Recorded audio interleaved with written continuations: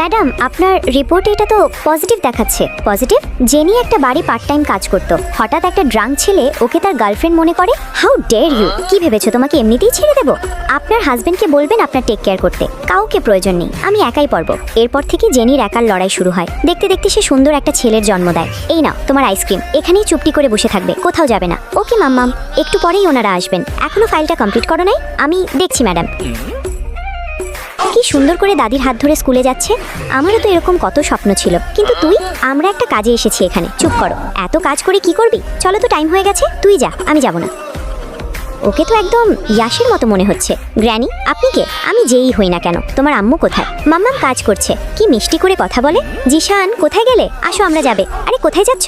মা, কি করছিলে? ডক্টরের কাছে যাব, চলো। কোথায় গিয়েছিলে তুমি? এভাবে আর যাবে না, বুঝতে পেরেছো? মা, তুমি রাস্তায় যাকে দেখবে তাকেই কি আমার ছেলে মনে করবে নাকি? প্লিজ গড, আমার ইচ্ছেটা যাতে সত্যি হয়। ম্যাডাম, রিপোর্ট এই তো মিলে গেছে। আমি বলছিলাম না, তাহলে কি ওই মেয়েটাই ছিল সেখানে? হাঁ করে তাকিয়ে কি দেখছিস? যা ওদের খুঁজে নিয়ে আয়। ওকে, যাচ্ছি। আমাদের ওদেরকে খুঁজতে হবে। Sure sir. এই তোমরা এখানে কি করো? ম্যাডাম, একটা প্রয়োজন ছিল। এখানে তো কেউ ভিআইপি টিকিট ছাড়া ঢুকতেই পারে না। চুরি করে আসছো নাকি? How dare you! তুমি আমার মাম্মামকে অপমান করতে পারো না। এই ছেলে, বেশি পাকনা হয়ে গেছো তাই না?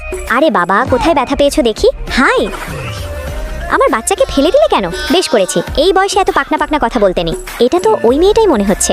আরে ইয়াশ, কোথায় যাচ্ছ এভাবে? সেটা তোমার জেনে লাভ কি? Mind your own business. মাম্মাম, খাবো, খিদে পেয়েছে। ব্রেকিং নিউজ, যদি আপনারা ওনাদের খোঁজে দিতে পারেন তাহলে পাবেন 1 মিলিয়ন ইয়েন। মনে হচ্ছে তো বিজ্ঞাপনে আপনাদেরই খুঁজছে। খাবারের বেলটা কত? 599 ইয়েন ম্যাডাম। ওকে জিশান, চলো এখান থেকে। পার্ট 2 দেখতে সাবস্ক্রাইব প্লিজ।